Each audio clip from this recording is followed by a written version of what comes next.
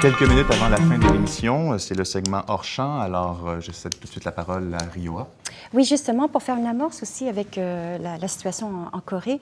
En fait, le hors-champ sur lequel je voudrais m'attarder, c'est tiré en fait d'une lettre aux journaux qui a été rédigée par un de mes collègues à Dalhousie University, Robert Hewish, et qui a beaucoup étudié le cas des transfuges coréens du Nord un peu partout à travers le monde. Les réfugiés qui ont quitté la Corée du Nord pour qui ont réussi à s'enfuir de la Corée du Nord, exactement. Et je ne sais pas si vous avez suivi cette affaire. Donc, au cours du mois de janvier 2015, on a appris que M. Shin, qui était le témoin principal, en fait, auprès de la Commission de l'Organisation des Nations Unies sur les droits humains et la violation des droits humains en Corée du Nord, on a appris qu'il avait menti, donc, sur certains éléments biographiques, dont notamment le fait qu'il avait prétendu, et cela avait été relaté dans un ouvrage aussi qui était consacré aux horreurs qui se déroulent dans le camp 14. Il avait prétendu qu'il était né au camp 14, alors qu'en vérité, on a découvert qu'il était plutôt né au camp 18 et qu'il avait été transféré un peu plus tard au camp 14. On a également découvert qu'il n'avait pas été rôti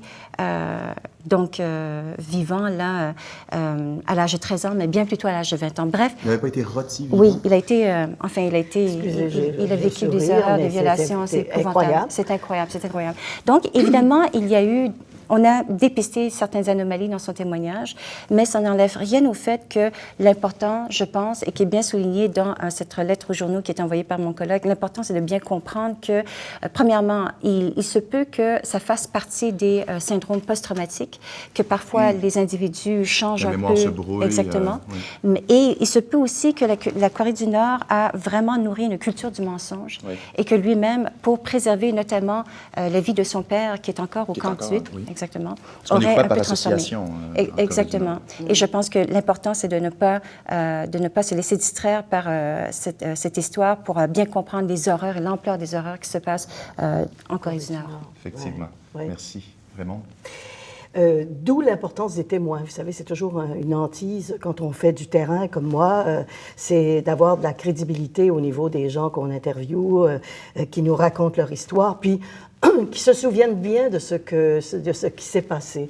Mais au-delà de ça, si je veux pointer juste une chose qui, moi, m'interpelle beaucoup, c'est que je trouve que dans tout ce qui se passe actuellement dans le monde, et Dieu sait qu'il s'en passe, il est très difficile de savoir où s'en va notre gouvernement, le gouvernement canadien. Quelles sont les politiques qu'il suit? Un entrefilet vendredi qui dit que le Canada va former les policiers égyptiens et que la note sera payée par les Émirats arabes unis. Moi, ça m'interpelle. Je voudrais comprendre ce raisonnement.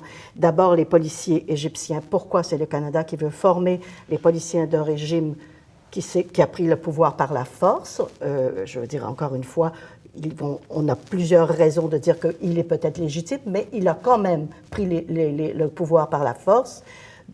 Pourquoi cette décision et que viennent faire les Émirats arabes unis, qui par ailleurs soufflent le chaud et le froid dans des régions, Boko Haram et compagnie, et l'État islamique?